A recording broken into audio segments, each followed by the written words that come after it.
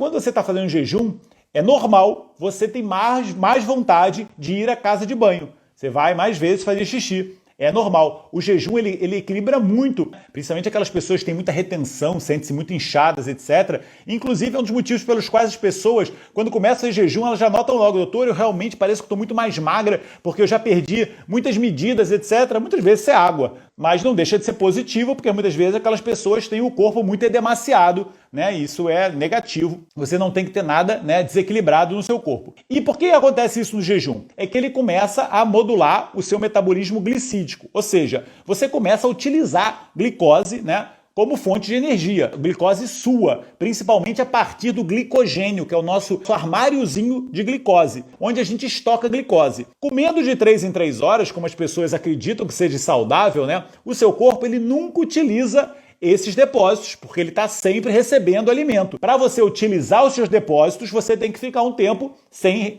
encher, né, a sua casa de mais alimentos, etc. E quando você faz jejum, é isso que acontece, né? Por isso, inclusive, quando as pessoas acordam de manhã, depois de uma noite de sono, né, que ficaram em jejum durante pelo menos 8 horas, você vai logo na casa de banho e faz bastante xixi, né?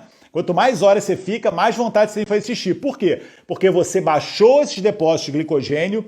E aí é que eu queria explicar, né? A glicose, por ter uma conformação de um carbono ligado a um radical hidroxila com carbono ligado a um oxigênio e um hidrogênio. Então o que acontece? Sempre que você armazena glicose no seu corpo, cada molécula de glicose, em média, armazena 3 moléculas de água. É 1 para 3.